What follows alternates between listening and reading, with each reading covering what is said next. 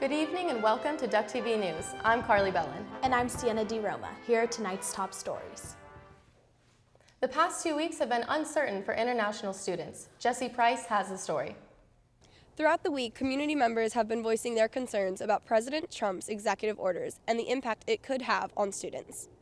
The new order bans refugees from Syria and 6 other primarily Muslim countries, but what seems to be the main concern for the local community is how this might affect international students. University of Oregon's President Michael Schill and Provost Scott Coltrane reiterated Oregon's mission, saying academic excellence and global engagement go hand in hand at the U of O. Jane Arungu, Assistant Vice President of Student Engagement, says there's a lot of added stress on these students. They are anxious about themselves, about their parents, about whether they're going to be sent home or not, about whether they're going to be kicked out of school or not. Arungu also enforced the university's policies and pushes to keep student information private from federal officials. She wants students to know they can trust the university. We are a welcoming campus, we are a supportive campus, and our students should not worry or be afraid. Talal Al-Mahangani, an international student from Qatar, reflects how some international students might be feeling during this time. As a point of view is you get mad, you get sad, you get mad, you get a lot of feeling. Al-Mahangani also touches on his appreciation for the school's commitment towards the international students. It's something beautiful, you know, that the school really cared, the school really going to help all the students. The university will continue to strive to be a safe place for all students to attain an education. For Duck TV News, I'm Jessie Price. Thanks, Jesse. Any student with concerns is welcome to visit the Center for Multicultural Academic Excellence, located on the 4th floor of Oregon Hall. A new public awareness campaign is using viral videos to address sexual violence on college campuses. The Combined Culture Collective released a video that, according to strategist Cameron Lewis, was made in light of the Brock Turner case last May. We wanted to touch on the Brock Turner case, and Brock, am I correct in saying his name? Brock Turner case that happened last May. So we had to go all the way back. If we're talking about the making of this video, it goes all the way back to last school year and the last meeting we had. And we wanted to make sure that this first video that we dropped this year was going to be impactful. And at the time, that was something that was prevalent and big in our culture. The video was also created in response to statistics indicating that 1 in 5 women are sexually assaulted in college. Nancy and Dave Petrone, longtime donors to the university, have donated $250,000 to the completion of a Black Cultural Center on campus. This center was included as one of the 13 demands from UO's Black Student Task Force. The center will be located on 15th and University, and Schill says the planning phase for design and construction will begin immediately. The estimated total cost for the center is $3 million. A $2 million health-focused gift was recently given to the UO. The university announced on January 17th that U of O alumni Julie Thompson and her husband Keith funded the permanency of a new director to oversee the HEDCO Clinic. The HEDCO Clinic, located in the College of Education, offers free and low-income therapy to families in a variety of situations, from coping with depression to assisting a child with autism.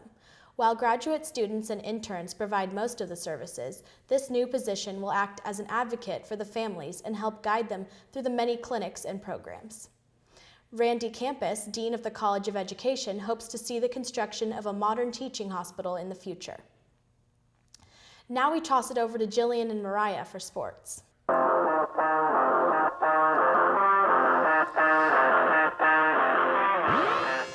Welcome to this week's episode of Duck TV Sports. I'm Mariah Mills. And I'm Jillian Smuckler. We'll preview this upcoming week in Oregon athletics. We have a story on an Oregon athletic legend. And highlight 3 phenomenal freshmen in triple threat.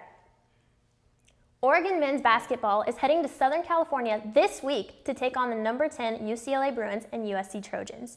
The Ducks are currently leading the pack after destroying the Arizona Wildcats on Saturday, setting a mat-night record of 16 made three-pointers. With that win and the Kansas Jayhawks losing this past week, Oregon currently holds the longest home winning streak in the nation at 40. Now ranked number 5 in the nation, the Ducks will play UCLA and Pauley Pavilion on Thursday, followed by USC at the Galen Center Saturday. For the women, the team is ranked 6th in the Pac-12 after dealing with a tough schedule. The Ducks have played 9 top 25 teams this season. The Ducks will have a chance to redeem themselves this weekend back at home against the UCLA Bruins on Friday and the USC Trojans on Saturday. The Ducks beat the Trojans during their last matchup in January, but lost to the previously ranked number 17 Bruins by 16 points. This past weekend, sophomore guard Maite Cazorla scored a team-high 17 points and 5 assists against Arizona State Sun Devils. However, the Ducks came up short to the Sun Devils 68-63 on Sunday. Switching sports, on Friday, Oregon track and field will be in 2 states. One team will be in Albuquerque, New Mexico for the Don Kirby Elite Invitational. The other will be in Seattle, Washington for the Husky Classic. Oregon track and field will be looking forward to continuing their outstanding performance after their record-breaking meet in New York. The spring sports are starting. The 4-time Pac-12 champion Oregon softball team will begin its 2017 season at the Kaujikawa Classic on Thursday.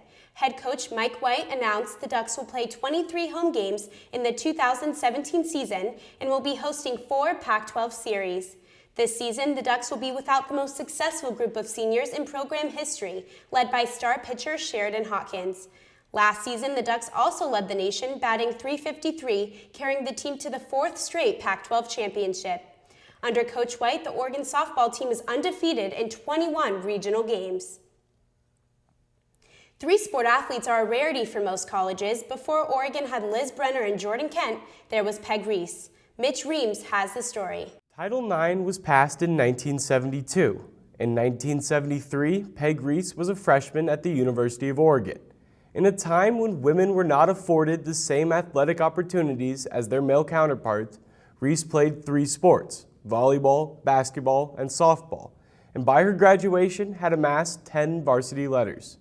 Knowing that she wanted a career in sports, Reese pursued coaching, where she started at the high school level. I coached volleyball, basketball, and softball. So again, I was back into my year-round athletic career. After a promotion to Oregon's head volleyball coach and 17 total years of coaching, Reese had to make one of the most difficult decisions of her life.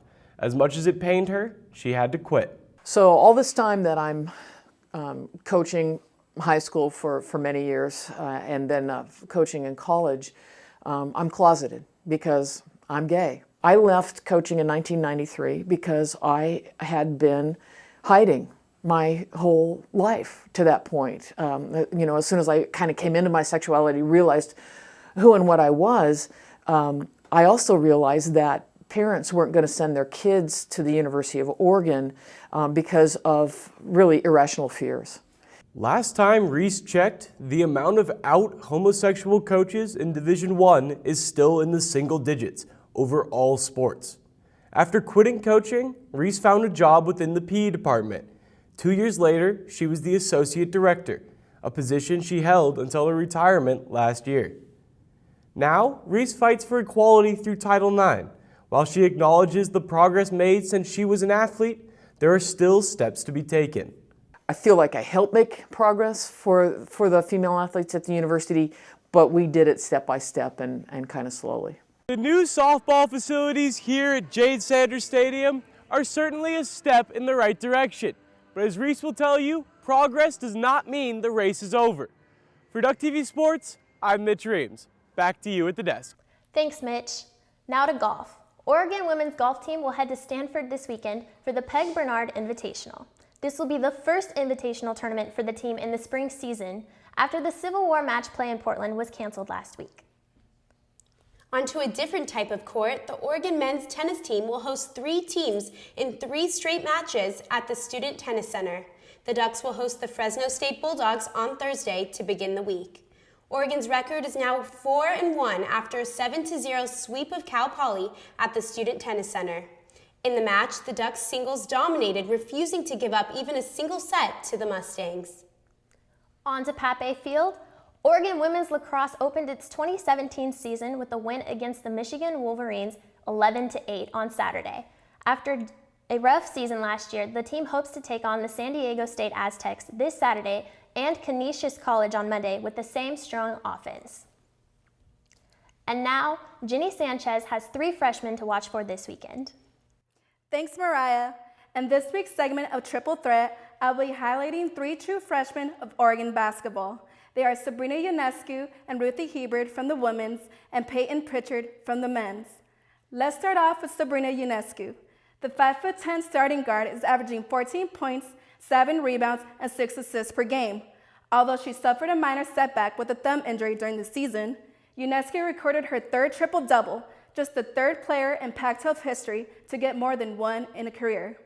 Before the season, Oregon women's basketball only had a total of 5 triple-doubles. Alongside Ionescu, the 6'4" forward Ruthie Hebert continues to dominate the court with her physical presence. The true freshman standout is averaging 15 points and 9 rebounds while leading the Pac-12 in field goal percentage with 65. In addition to her height and defensive abilities, Hebert attributed to 14 blocks for the season, which is the third highest of the team. The Alaska native also racked up her 8th double-double of the year. Switching over to men's basketball, we have Oregon native Peyton Pritchard. As a starting guard for the nationally ranked Oregon team, the 6'2" freshman has an average of 8 points, 3 rebounds, and 4 assists per game, and plays a critical role to Oregon's success. Pritchard also set a career high with 19 points, including 5 of 9 three-pointers in Oregon's first Pac-12 loss. Although they are still adapting to play on an elite level, these freshman standouts have a lot to look forward to the upcoming years of Oregon athletics. Now I switch it back to you at the desk. Thanks, Jenny. That's all for this week's episode. I'm Jillian Smuckler. And I'm Mariah Mills. Be sure to check out our Twitter and Instagram at DTV Sports. And check out our website. Have a great week, Eugene. Carly, back to you at the desk. Thanks, Mariah. Lane County officials are moving forward with a proposal to raise the tobacco age limit. The ordinance raises the age limit for owning and using tobacco to 21. This proposal follows the Tobacco 21 movement that has already inspired California and Hawaii to change the legal age at the state level. Oregon State Legislature rejected an age limit raise in 2015 because it proposed criminal penalties for violators. Senator Elizabeth Steiner Hayward introduced a new bill last week that doesn't punish teens with tobacco, but instead fines retailers and managers. There is a public hearing on the Lane County ordinance on February 14th. A new psychology and neuroscience professor, David McCormick, is coming from Yale to the University of Oregon campus along with his 4-year-old Samoyed puppy named Sasha. Sasha has a large following at Yale and even has a Facebook account with over 3,000 friends. McCormick will serve as director of the Institute of Neuroscience, and his wife will serve as director of student engagement. Look out for a big white fluff ball around campus and be sure to say hi when you see her. The newly remodeled EMU not only has a variety of places to eat, but also includes different amenities. Lauren Rodriguez has more. Most students walk into the EMU to grab a quick bite to eat, but not many notice the different art or features that this building has to offer. One of the art pieces inside the EMU is a big gray chair located on the 2nd floor. The chair was donated by the artist Ruth Santee in 2005. The other art pieces include various paintings and photographs hung throughout the EMU. Not only can you admire the art, but you can also grab a slice of pizza and a glass of beer at the Falling Sky Brewery on the 1st floor. Laura Stentz, a senior at the UO, notices more people coming to the EMU than before the renovation. I was here last night for Safe Ride, and I just noticed a lot of people going to get ice cream or leaving Falling Sky and stuff. I was like, whoa, this is actually really busy right now. So yeah, definitely noticed a lot of people here. The EMU is a great place to do homework, but you can also take a break from studying and play in the arcade. The arcade features multiple types of games, including pool, pinball, and video games. Emily Holland, sophomore at the UO, enjoys spending time at the EMU. It's working great as a student union, bring people together. I find people to study with here all the time, run into people I know. For Deck TV News, this is Lauren Rodriguez. Thanks, Lauren. The EMU is open Monday through Wednesdays from 7 to 12:30, and they are open even later on the weekends. Thank you for watching tonight's episode of Duck TV News. I'm Carly Bellin. And I'm Sienna DeRoma. Make sure to subscribe to our YouTube channel at Oregon Duck TV. Have a good night, Eugene.